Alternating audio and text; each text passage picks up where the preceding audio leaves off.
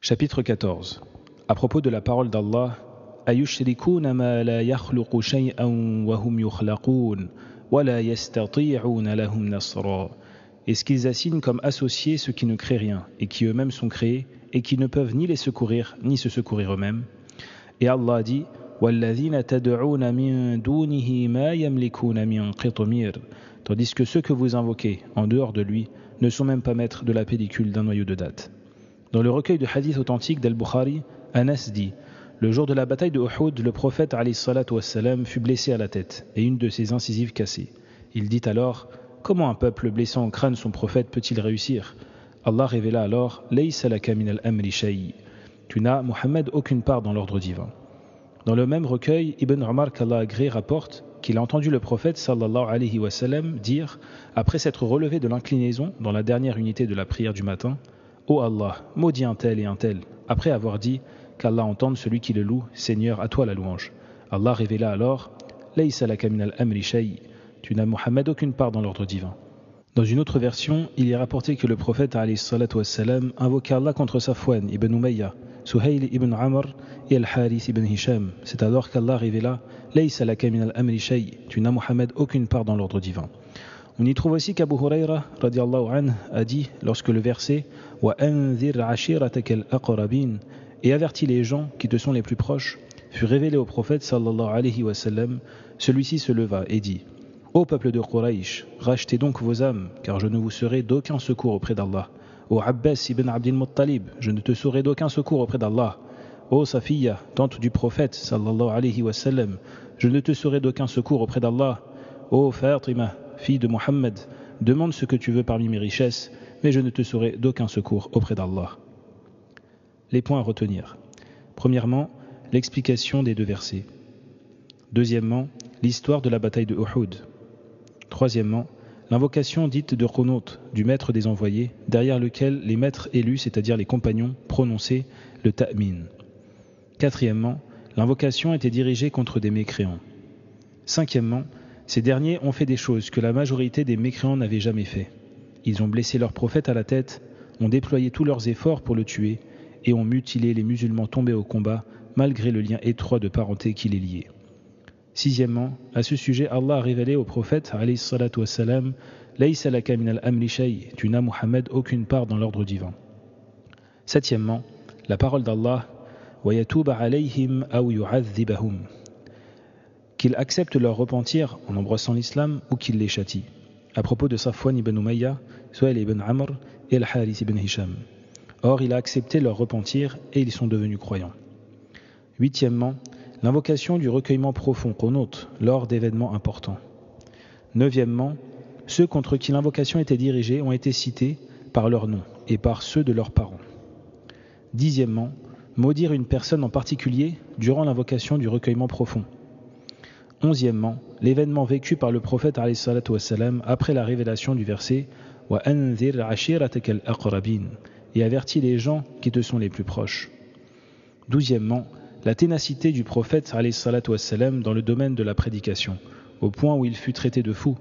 Il en est de même aujourd'hui pour un musulman qui agirait de la même façon. Treizièmement, le prophète sallallahu alayhi wa sallam a dit à ses proches et moins proches: je ne vous serai d'aucun secours auprès d'Allah. Et dit même à sa propre fille: Ô Fatima, fille de Muhammad, je ne te serai d'aucun secours auprès d'Allah. Le prophète alayhi salatu wassalam, qui est le maître des envoyés, affirme qu'il ne peut être d'aucun secours envers la souveraine des femmes de l'univers.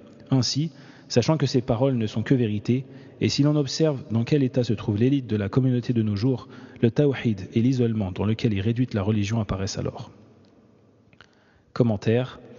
La mention de ce chapitre, après les chapitres précédents, est un choix très judicieux de la part de l'auteur, qui indique une profonde compréhension de la religion et une science étendue. En effet, la preuve concernant l'obligation d'unifier Allah Azza wa Jal et son droit exclusif à l'adoration dans le cadre de sa divinité est bâtie sur la croyance innée en son unicité de seigneurie, Tawhid al-Rububiyya. Ainsi, la preuve concernant le droit exclusif d'Allah à l'adoration, seul en dehors de tout autre, est une preuve innée, basée sur l'observation de la réalité et la raison. Ce chapitre contient donc la preuve que celui qui crée, octroie la subsistance et possède n'est autre qu'Allah seul. Quant aux autres, ils ne possèdent aucune part de la création, de l'octroi de subsistance ou du commandement, de même qu'en réalité il ne possède rien qui soit. Ceci concerne même la créature la plus élevée en noblesse, à savoir le prophète alayhi salatu wassalam. Allah Azza wa Jal a dit à son sujet: tu n'as, Mohammed, aucune part dans l'ordre divin, ce qui signifie tu ne possèdes aucune part de l'ordre divin. Mais qui donc le possède alors? C'est Allah Azza wa Jal. De plus, si Allah nie cette caractéristique au prophète alayhi salatu wassalam, c'est encore plus vrai pour celui qui est de moindre rang que lui.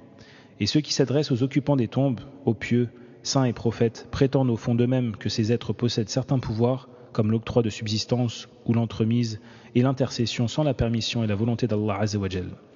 Mais en réalité, ces êtres sont des créatures soumises à la seigneurie d'Allah. Elles ne créent rien tout en étant elles-mêmes créées. Elles ne peuvent apporter un quelconque secours à ceux qui les invoquent. Elles n'ont aucune part du royaume. Et le Coran contient un grand nombre de preuves concernant le fait qu'Allah Azza wa Jal est le seul méritant l'adoration en dehors de tout autre.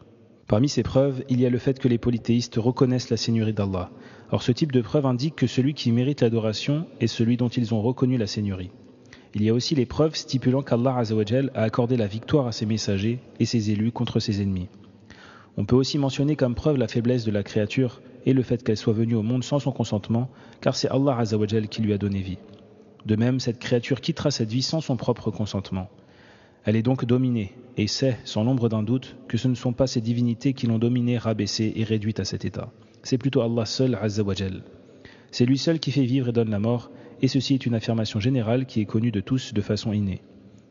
On peut aussi citer comme preuve le fait qu'Allah Azza wa Jal possède les plus beaux noms et les attributs les plus élevés. Il est doté des qualificatifs parfaits et magnifiques. Il est caractérisé par la perfection absolue, exempt de tout défaut, quel qu'il soit, pour tous ses noms, tous ses qualificatifs et tous ses attributs. Tandis que ceux que vous invoquez en dehors de lui ne sont même pas maîtres de la pellicule d'un noyau de date, c'est ici que se trouve l'argument, car ils ne possèdent même pas un qitmir, terme désignant la pellicule d'un noyau de date, ou la fibre liant le noyau à la peau du fruit. Partant de là, ils ne peuvent donc posséder quoi que ce soit de plus important. Ce pronom démonstratif englobe tout ce qui est invoqué en dehors d'Allah Azza wa Jal, qu'il s'agisse d'anges, de prophètes, de messagers, de personnes décédées, pieuses ou pas, de djinns, etc. Ainsi, tout être invoqué en dehors d'Allah, qu'il soit doué de raison ou non, ne possède pas même un qitmir.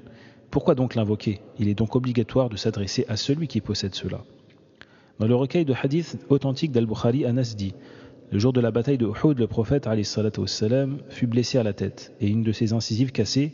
Il dit alors: comment un peuple blessant au crâne son prophète peut-il réussir? Allah révéla alors: tu n'as, Mohammed, aucune part dans l'ordre divin. Dans le même recueil, Ibn Umar Kalagri rapporte qu'il a entendu le prophète sallallahu alayhi wa sallam dire après s'être relevé de l'inclinaison dans la dernière unité de la prière du matin: ô Allah, maudis un tel et un tel, après avoir dit: qu'Allah entende celui qui le loue, Seigneur, à toi la louange. Allah révéla alors: tu n'as, Mohammed, aucune part dans l'ordre divin. Dans une autre version, il est rapporté que le prophète sallallahu alayhi wa sallam invoquait Allah contre Safwan ibn Umayya, Suhail ibn Amr et Al-Harith ibn Hisham. C'est alors qu'Allah révéla: tu n'as aucune part dans l'ordre divin. Ces hadiths indiquent qu'Allah nie le fait que le prophète sallallahu alayhi wa sallam puisse posséder quoi que ce soit de son royaume. Par conséquent, le prophète alayhi salatu wa sallam a transmis cet enseignement et l'a expliqué. Et ceux qui sont de moindre rang que lui, sallallahu alayhi wa sallam, sont plus à même d'être concernés par cette négation. Ainsi, par voie de fait, cette part du royaume d'Allah ne peut appartenir ni aux anges, ni aux prophètes et ni aux pieux parmi les adeptes des messagers. Dès lors, toutes les orientations vers autre qu'Allah Azza wa Jal deviennent caduques, et il devient obligatoire de s'orienter vers Allah au moyen de l'adoration et ses catégories, comme l'invocation, la demande de secours, de protection, le sacrifice, le vœu et autres types d'orientation, vers Allah, la vérité, Azza wa Jal, seul en dehors de tout autre être. On y trouve aussi qu'Abu Huraira, qu'Allah agrée, a dit, lorsque le verset « et avertit les gens qui te sont les plus proches » fut révélé au prophète alayhi salatu wassalam, celui-ci se leva et dit « Ô peuple de Quraysh ». Ce hadith indique clairement que le prophète alayhi salatu wassalam ne peut faire quoi que ce soit pour apporter un quelconque bienfait à ses proches, exception faite du message qu'Allah lui a remis et qu'il lui a ordonné de transmettre fidèlement. Quant au fait de les secourir face à Allah Azza wa Jal, de leur épargner le châtiment, la punition et le supplice, ce pouvoir ne lui a pas été octroyé. Il n'a d'ailleurs été octroyé à personne une partie de son pouvoir ou royaume. Il est donc Azza wa Jal l'unique dans son royaume, sa souveraineté, sa perfection, sa beauté et sa magnificence.